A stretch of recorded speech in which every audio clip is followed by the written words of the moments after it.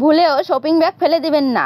Shopping bag দিয়ে বানিয়ে নিন চমৎকার একটি জিনিস। এটি প্রতিটি ফ্যামিলির জন্য খুবই উপকারী একটি জিনিস। এটি দেখার পরে ভুল করেও কেউ শপিং ব্যাগ ফেলে দিবেন না। এর জন্য আমি এখানে কয়েকটি শপিং ব্যাগ নিয়েছি। শপিং ব্যাগের সাইড থেকে কেটে নিলাম। এরপর আমি 1.5 ইঞ্চি পরিমাণে এখানে কেটে নিয়েছি। এই একই মাপে আমি আরো একটি শপিং ব্যাগের টুকরোকে কেটে নেব। টুকরোটির 2 সাইড কেটে মাঝখান থেকে কেটে নিলাম। এবার এই লাল টুকরোটিকে আমি ভাঁজ করে নেব। এখানে আমি 5টি ভাগে ভাঁজ করে নিয়েছি। তারপরে লাগবে একটি সিজার। আমি এই সিজারটা দিয়ে এর মাথাটি কেটে নেব। আমি এখানে 2 মাথায় সুচালো আকারে কেটে নিয়েছি। তারপর এটাকে খুলে দেখাচ্ছি। এই দেখুন, এটা এভাবে দেখতে হবে। এরপরে আমি সাদা টুকরোটিকেও ভাঁজ করে নেব। এটাকে আমি 4টি ভাঁজে ভাঁজ করে নিয়েছি। তারপর একটি সিজার দিয়ে আমি এই 2 সাইড থেকে একটু গোল করে কেটে নেব। আমি 2 মাথায় একইভাবে কেটে নিয়েছি। এরপর এটাকে আমি খুলে দেখাচ্ছি। এই দেখুন, এটা দেখতে এভাবে হয়েছে। এরপরে আমি একটি নিয়েছি সুই সুতো। প্রথমে আমি এই লাল টুকরোটিকে কাঁথা সেলাইয়ের মতো সেলাই করে নেব। তারপরে এই সাদা টুকরোটিকেও। বন্ধুরা, আমার এই ভিডিওটি কে কোথা থেকে দেখছেন অবশ্যই কমেন্ট করে জানাবেন, যাতে আমি আপনাদেরকে ধন্যবাদ জানাতে পারি। এরপর আমি সুতা ধরে টান দিয়ে হাত দিয়ে এভাবে মোড়াতে থাকবো, তাহলে একটা ফুলের আকার তৈরি হয়ে যাবে। এরপরে আমি একটি শপিং ব্যাগ দিয়ে পাতা কেটে নিয়েছি। এটাকেও ভরে তারপর এটাকে সেলাই দিয়ে আটকে নেব। যারা আমার আগের ভিডিওতে কমেন্ট করেছেন তাদেরকে অসংখ্য অসংখ্য ধন্যবাদ। এই দেখুন, শপিং ব্যাগ দিয়ে কত সুন্দর একটি ফুল তৈরি হয়েছে। এটি আপনি চুলের খোপায় ব্যবহার করলে আপনার সৌন্দর্য অনেক বৃদ্ধি পাবে।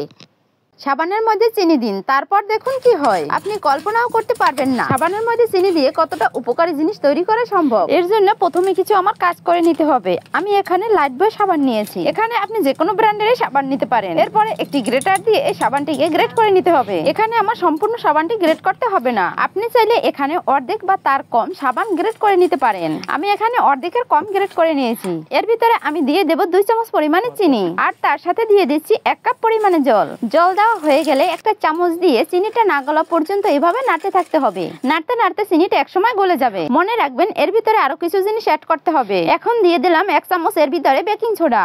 দিয়ে ভালোভাবে মেশাতে হবে, তাহলে গাঢ় আকার ধারণ করবে। তারপরে লাগবে লেবু। এটাকে অর্ধেকটা পরিমাণে কেটে এর ভিতরে দিয়ে দেব। এখন এই সব উপকরণগুলো ভালোভাবে মেশাতে হবে। এই দেখুন, এটা কতটা পরিমাণে গাঢ় আকার ধারণ করেছে। মেশানো হয়ে গেলে 15 থেকে 20 মিনিট অপেক্ষা করতে হবে। 15 মিনিট পরে এটি ডিরেক্ট দেখিয়ে দিচ্ছি এটা কতটা পাওয়ারফুল জিনিস তৈরি হয়েছে, তাহলে এ সম্পর্কে ধারণা পেয়ে যাবেন। আমাদের বাসায় কড়াই বা হাঁড়ি পাতিলের নিচে এরকম দাগছোপ হয়ে থাকে। চিনি ও সাবানের এই মিশ্রণটি দিয়ে একবার ঘষা দিলে দাগছোপ গুলো উঠে যাবে। কিছু সময় ধরে ঘষার পরে আমি জল দিয়ে ধুয়ে দেখিয়ে দিচ্ছি। বন্ধুরা, আমার এই ভিডিওটি কে কোথা থেকে দেখছেন অবশ্যই কমেন্ট করে জানাবেন, যাতে আমি আপনাদেরকে ধন্যবাদ জানাতে পারি। এই দেখুন, জল দিয়ে ধোয়ার পরে এটা দেখতে কতটা চকচকে হয়েছে। সবাইকে ধন্যবাদ।